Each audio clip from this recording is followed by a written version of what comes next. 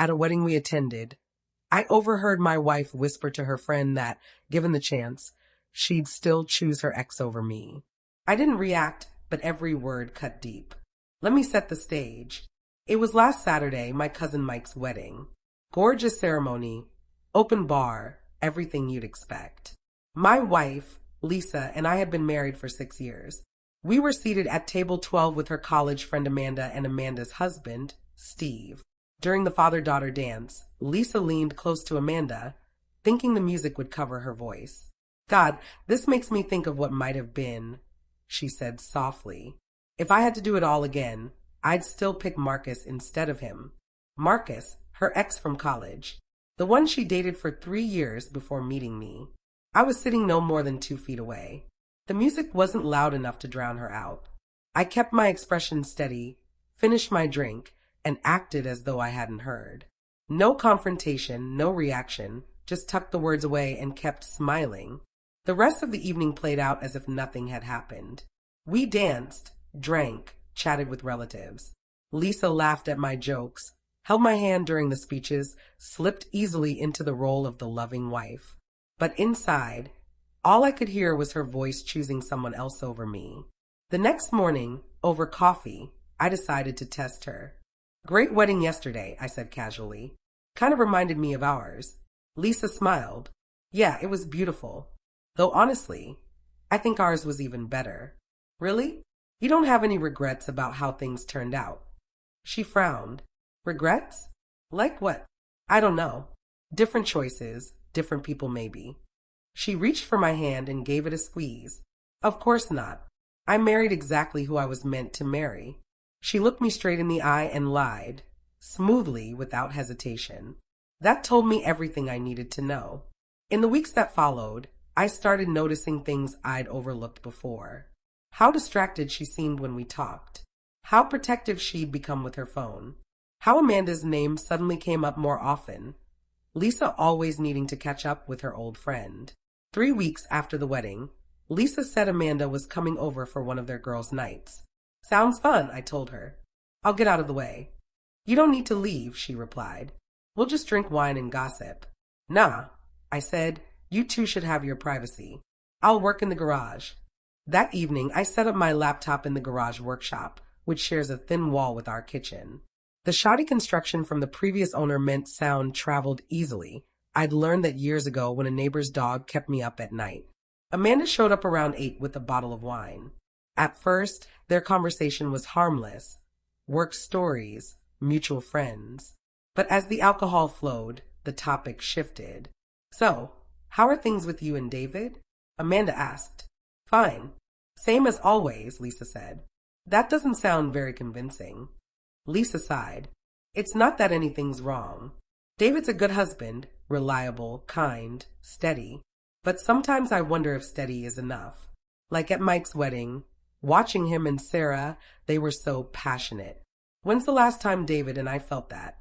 Marriage changes, Lisa. Passion doesn't last forever. I know. But what if it was never really there in the first place? Amanda hesitated. What do you mean? I mean, what if I married David for the wrong reasons? What if I chose him because he was safe, not because I couldn't imagine life without him? Are you thinking about someone else? There was a long silence. Then Lisa admitted, sometimes I think about Marcus, about what would have happened if his parents hadn't come between us. Lisa, that was more than 10 years ago. I know, but what we had was real, intense. With David, it's always felt more like a partnership than a love story. They moved into the living room after that, and I couldn't catch the details. But I'd already heard enough. Her whisper at the wedding wasn't a fleeting thought. It was her truth. Amanda left around 11. When Lisa came to bed, she was unusually affectionate. Probably guilt. The next morning, I called my lawyer, Tom Bradley. He'd handled some of my business contracts, and I trusted him to be straightforward. Tom, I need to ask you about divorce procedures. Hypothetically. He paused. David, nothing's hypothetical when you're calling your lawyer about divorce. What's going on? My wife isn't happy. She's not cheating, but she's emotionally checked out. She's still hung up on her ex. Do you have proof? She told a friend. I overheard it. That's tricky. Courts don't love overheard conversations, especially if you were intentionally listening in. Now, if she admitted it directly to you, that'd carry more weight. But David, are you sure you want to end things? Have you thought about counseling? I can't fix a marriage with someone who wishes she'd married someone else. Fair enough. If you move forward, I'd suggest trying to get her to admit her feelings openly first. If she does, you could go for an amicable, no-fault divorce. If she denies it, things will get ugly. Over the next month, I gave Lisa chance after chance to be honest. I suggested counseling, asked if she was happy, even brought up taking a romantic getaway. Every time, she dodged or gave shallow reassurances. Meanwhile, I quietly prepared, organizing our finances, redirecting my paycheck into a separate account, making copies of important documents. If she wanted to pretend everything was fine, I'd be ready when the illusion finally broke. And it did, early November.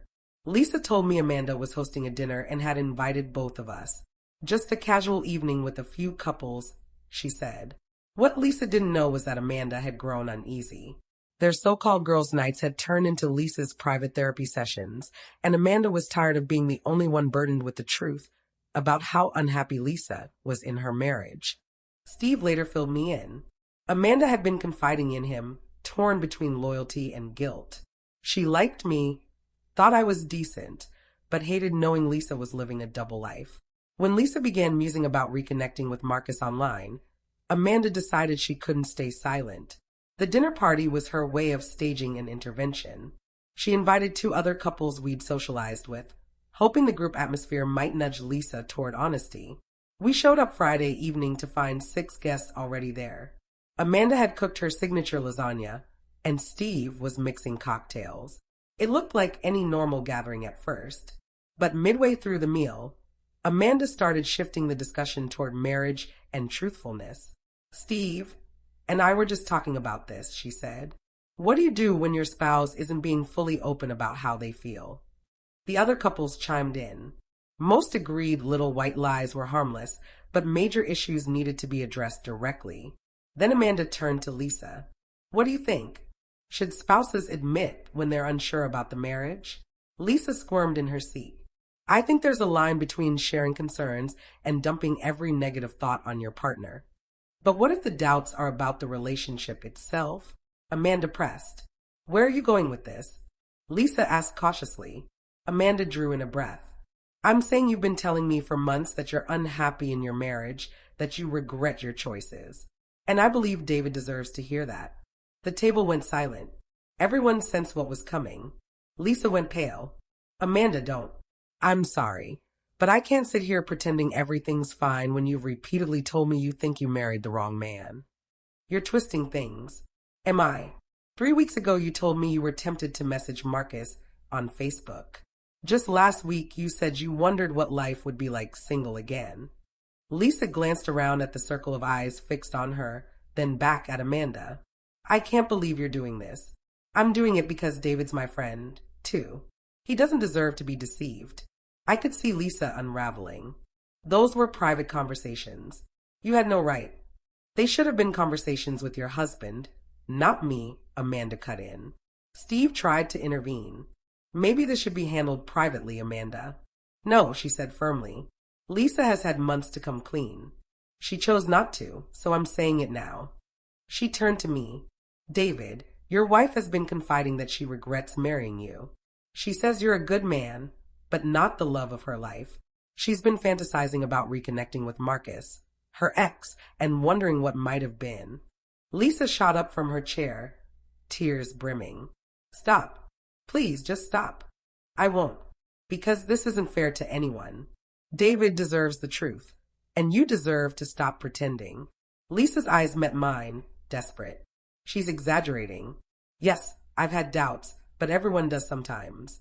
Doubts about whether you married the right person? I asked quietly. Lisa opened her mouth, faltered, then looked around the table before facing me again. I don't know how to answer that. Sure you do. It's a yes or no question. She sank back into her seat, crying harder. Finally, she whispered, yes. Sometimes I wonder. And Marcus? Were you going to contact him? She wiped her face. I looked at his page. I thought about it, but I didn't. Because you decided not to. Or because you didn't have the courage yet? Because I knew it was wrong. I leaned back. But you wanted to. Yes. The room was frozen. Even Amanda looked shaken by what she'd unleashed. Lisa, I said carefully, thank you for finally being honest. But I can't stay married to someone who wishes she'd chosen differently. David, wait. Just because I've had doubts doesn't mean. It means exactly that. You think you married the wrong person. You're still hung up on your ex. And you've been lying to me for years. Tears streamed down her face. I do love you, just not the way I loved him. Her silence afterwards said enough. I stood. We should go home and figure out what happens next. She nodded, still crying. We said awkward goodbyes and drove back in silence. At home, she curled on the couch while I poured a drink and sat across from her. How long have you felt this way? I asked. I don't know. Maybe always a little. But after Mike's wedding, it got worse. Watching him with Sarah, seeing their connection, it made me realize what we were missing. Why didn't you just tell me? What was I supposed to say? Honey, I think I married you for the wrong reasons, and I'm still in love with my ex? Yes, exactly that. Then we could have faced it honestly, worked on it or ended it. Instead, you kept me in the dark. She stared at me through tears. Would you have wanted to work on it if I admitted I still had feelings for Marcus? I don't know. Maybe. But I would have wanted the chance to try, not to learn like this. I'm sorry. I know it doesn't fix anything, but I am sorry. What do we do now? After a long silence, she said, I don't think there's a way back. You'll never trust me again. And I don't know if I'll ever stop wondering what if. So we divorce. The next morning, she packed a bag and stayed with her sister. I called Tom and told him we were ready. What changed? He asked. She finally told me the truth. How bad was it? 6 years of pretending. Still in love with her ex thinks I was a mistake. Wanted to reach out to him. Ouch. At least she admitted it. That should make the split easier. And it did. Lisa didn't fight me on anything. We divided assets evenly, sold the house, and filed for a no-fault divorce. For months later, it was finalized. Word eventually reached me that Lisa had contacted Marcus afterward, but he was married with children and wanted nothing to do with her. She moved away to start over. A few months later, Amanda and Steve invited me over. Amanda apologized. I should have handled it privately. That dinner party was too much. Maybe, I said. But it worked. I got the truth, even if it hurt. Are you angry with me? She asked. No. You were right. I deserve to know. Lisa never would have told me otherwise. Steve raised his glass. To messy friends who speak up when it matters. To moving on, I replied. 6 months later, I met Jennifer at a work conference. She was newly divorced too, with 2 kids, and she had no interest in pretending to be someone she wasn't. We took things slowly, but from the very first conversation, I felt the difference. She looked at me the way Lisa used to look at Marcus, like I was her first choice, not her fallback.